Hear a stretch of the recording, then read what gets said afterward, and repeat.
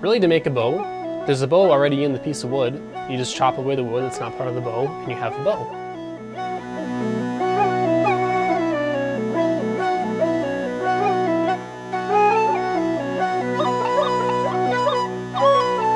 I've always been into making things. I always, wanted to build a plane, wanted to build a boat, wanted to build this, that, and the other thing. And I've always thought archery was really cool. I got my first bow when I was probably 8 or 9 years old.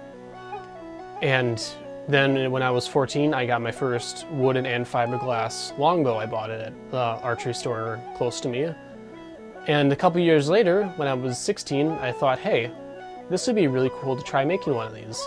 And after a couple years of getting to it and frankly breaking a lot of pieces of wood, discovered, hey, this isn't very difficult to do truthfully. Picked up lots of little skills along the way, read a couple books on it, found every website I could. So eventually I got to the bows that you see in this interview, to where I got to a point where I'm making these high strength bows that 50-pound draw, that's enough to hunt most animals in North America. The way to make a traditional longbow usually starts with going and finding a straight tree, one with straight grain, doesn't twist and curve, doesn't have a lot of knots in it. You cut the tree down, you split it into pieces, so you get about a quarter of the tree usually. You let it season or dry out for about a year, usually. There's other methods to do it, but generally, the general rule is you wait about a year. You take the bark off of it, you get it down so it follows one growth ring along the length of the bow. So it's a nice straight piece of wood. Then eventually you start carving it, and the basic concept is when you grab a piece of wood from either end, you bend it, bringing the ends together. All the bend is concentrated in the middle of that stick. Now with the bow, you simply weaken it as it goes out towards the edges, giving an even bend, distributing the stress of the bend along the length of the bow.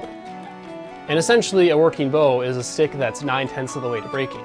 Certainly expecting some to last 20, 30 years. Making a cabinet, making a boat, making all these things, a bow was sort of the logical conclusion for me.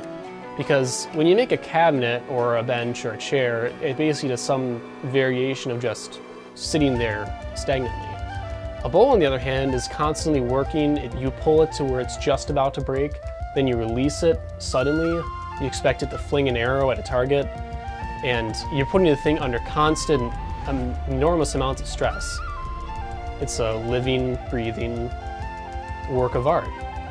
Absolutely no two wooden bows are alike. No matter how similar you try to make the things, no matter what design you go with, two pieces of wood aren't the same, two bows are never going to be the same, they all have their own different personality.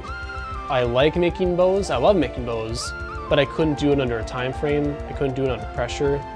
So I love making bows, and yes, I will sell them. Just don't expect them to be done by any particular time.